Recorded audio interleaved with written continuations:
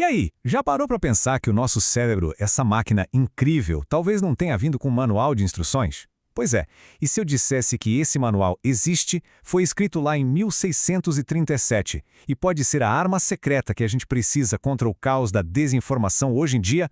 Bem-vindos à Biblioteca Destilada. Hoje, a gente vai abrir o discurso do método de René Descartes e descobrir como usar a nossa mente do jeito certo. Preparados para duvidar de tudo? Então, bora lá! Pensa aí, rapidinho. Quantas vezes, só hoje, alguém rolou o feed e pensou, será que isso é verdade? Entre fake news, teorias malucas e a opinião do pessoal no grupo da família, parece que a gente vive num mar de incertezas, né? Agora, imagina que um cara, 400 anos atrás, sentiu essa mesma angústia. Esse cara era o René Descartes, e a solução que ele achou não foi só dar um follow, foi criar um método para blindar a própria mente. E é exatamente isso que a gente vai desvendar aqui. Ok? Para ninguém se perder nesse labirinto de ideias, aqui está o nosso mapa, o nosso roteiro cartesiano. A gente vai começar no mundo de dúvidas do Descartes, vamos conhecer as 4 regras do jogo dele, entender de vez o famoso penso logo existo, ver como ele tentou reconstruir a realidade, dar uma espiada nos limites do método e, no final, ter um desafio prático para todo mundo. Bora nessa?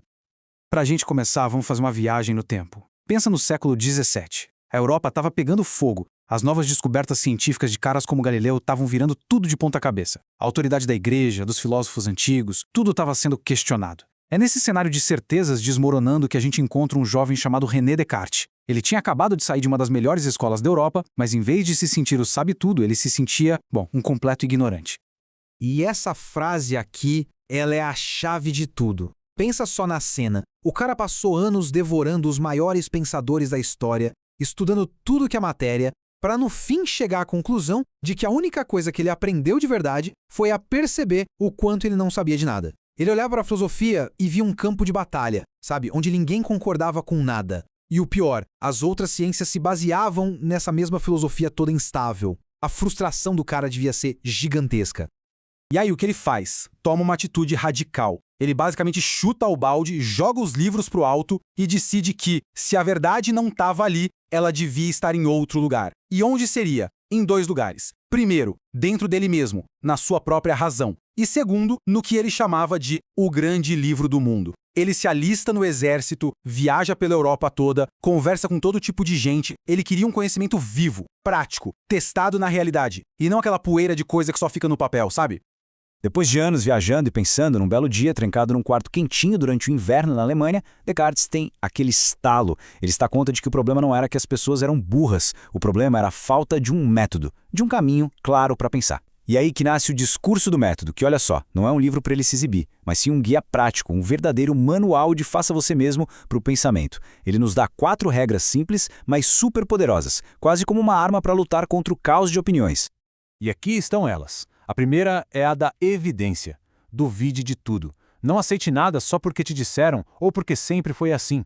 Só aceite o que for tão claro na sua mente que não sobre nenhuma sombra de dúvida. A segunda é a da análise. Quebre o problemão em probleminhas. Sabe como se come o elefante? Uma mordida de cada vez. É a mesma lógica.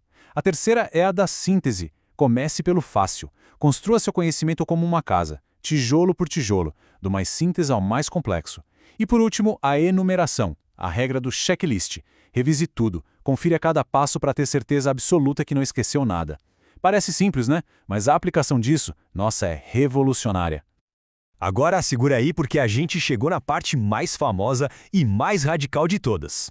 Descartes decide pegar a sua primeira regra, a da dúvida, e levar ao extremo. Ele pensa, ok, para construir um prédio de conhecimento novo e seguro, primeiro eu tenho que demolir o antigo, botar tudo abaixo.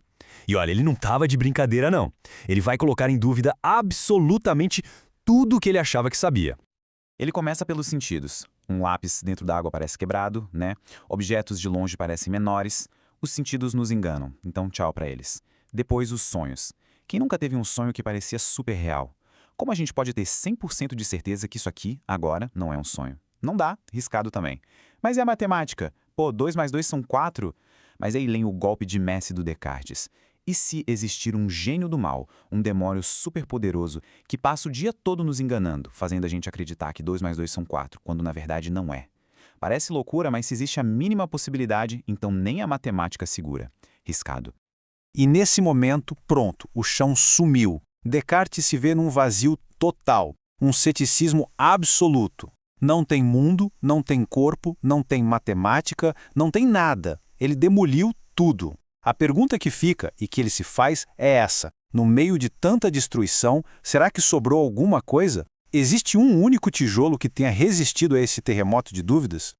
E então, pá, a luz. No exato momento em que ele duvida de tudo, ele percebe algo que é impossível de negar. Peraí, se eu estou duvidando, se eu estou sendo enganado, tem alguém aqui para duvidar e ser enganado. Tem alguém pensando, e se eu estou pensando obrigatoriamente, eu, o pensador, tenho que existir. Eu posso duvidar que tenho um corpo, duvidar do mundo, mas não posso duvidar que estou duvidando. O próprio ato de duvidar prova a minha existência. Cogito ergo sum. Penso, logo existo. Essa é a rocha. O ponto de partida inabalável. E olha, isso aqui não é só uma frase bonita para postar na internet, não. Para Descartes, esse é o ponto de apoio que ele tanto procurava. Uma única certeza absoluta para ele poder firmar a alavanca da razão e começar a mover o mundo do conhecimento. É o primeiro princípio da sua nova filosofia. É o chão firme no meio do pântano da dúvida. A partir daqui, e só a partir daqui, ele pode começar a reconstruir tudo. Beleza, então a gente tem uma única certeza. Eu existo porque eu penso. Tá, e agora?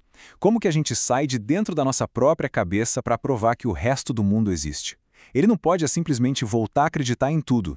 Não, ele precisa usar só as ferramentas que ele mesmo validou, a razão e o seu método. A tarefa agora é gigantesca. Reconstruir todo o edifício do conhecimento tijolo por tijolo. O primeiro passo é criar uma régua da verdade. Ele se pergunta: o que faz a frase "penso, logo existo" ser tão certa? E a resposta é a clareza dela. É uma ideia que, aparece na mente, cristalina, sem nenhuma ponta de dúvida. Então, ele cria a sua regra de ouro. Qualquer outra ideia que eu perceber com essa mesma clareza e distinção também tem que ser verdade. É uma aposta e tanto na nossa própria capacidade de raciocinar, né? Mas o fantasma do gênio do mal ainda está ali, assombrando. Como garantir que as nossas ideias claras não são só mais uma pegadinha? Descartes precisa de uma garantia externa. E a saída que ele encontra é polêmica: provar a existência de Deus. Vamos seguir o raciocínio dele passo a passo. 1. Eu sei que eu duvido. E duvidar é uma imperfeição, certo? 2. Mesmo eu sendo imperfeito, eu tenho na minha mente a ideia de um ser perfeito, infinito. De onde veio essa ideia? 3. Não pode ter vindo de mim, um ser imperfeito. Seria como tirar um coelho do nada. E a conclusão, no passo 4, a única explicação lógica para ele é que um ser realmente perfeito, Deus, existe e plantou essa ideia na minha mente. É como a assinatura do artista na sua obra. Ok, com Deus provado e garantindo que o mundo é real, Descartes fica tranquilo. Um Deus perfeito não seria enganador, então o gênio do mal é derrotado e ele pode finalmente confiar nas suas ideias sobre o mundo. Ele reconstruiu o universo. Foi um negócio assim, genial, impressionante. Só que, como toda grande construção, o sistema dele tem umas rachaduras. Uns problemas que a gente discute até hoje. E a maior dessas rachaduras é o famoso dualismo. Lembra da primeira certeza? Eu sou uma coisa que pensa. Descartes conclui que a nossa essência é o pensamento, algo que não é material, não ocupa espaço. Já o nosso corpo e o mundo são coisa extensa, ou seja, matéria. Para ele, mente e corpo são duas coisas totalmente diferentes e separadas. Pensa assim. A mente é o software e o corpo é o hardware, a máquina. E aqui vem a pergunta de $1 milhão. Se a mente é um fantasma e o corpo é uma máquina, como eles conversam? Como é que a minha vontade, que é só um pensamento imaterial, faz o meu braço, que é matéria pura, se levantar para pegar um copo d'água? Descartes até tentou uma explicação meio esquisita com uma glândula no cérebro, mas nunca convenceu ninguém. Esse problema da conexão mente-corpo é um dos maiores quebra-cabeças que a filosofia herdou dele. Tá, a gente falou um monte de filosofia do século XVII, mas a parte mais legal é que isso tudo não é peça de museu. É uma ferramenta prática que a gente pode usar. Então agora, vamos trazer o Descartes para o nosso dia a dia. A ideia é a gente parar de só assistir e colocar a mão na massa, virar um pouco filósofo. Essa frase do próprio Descartes fecha com chave de ouro. Não adianta nada ter um supercomputador na cabeça se a gente só usa para ver vídeo de gatinho. O poder do método não está em decorar as regras, mas em usar.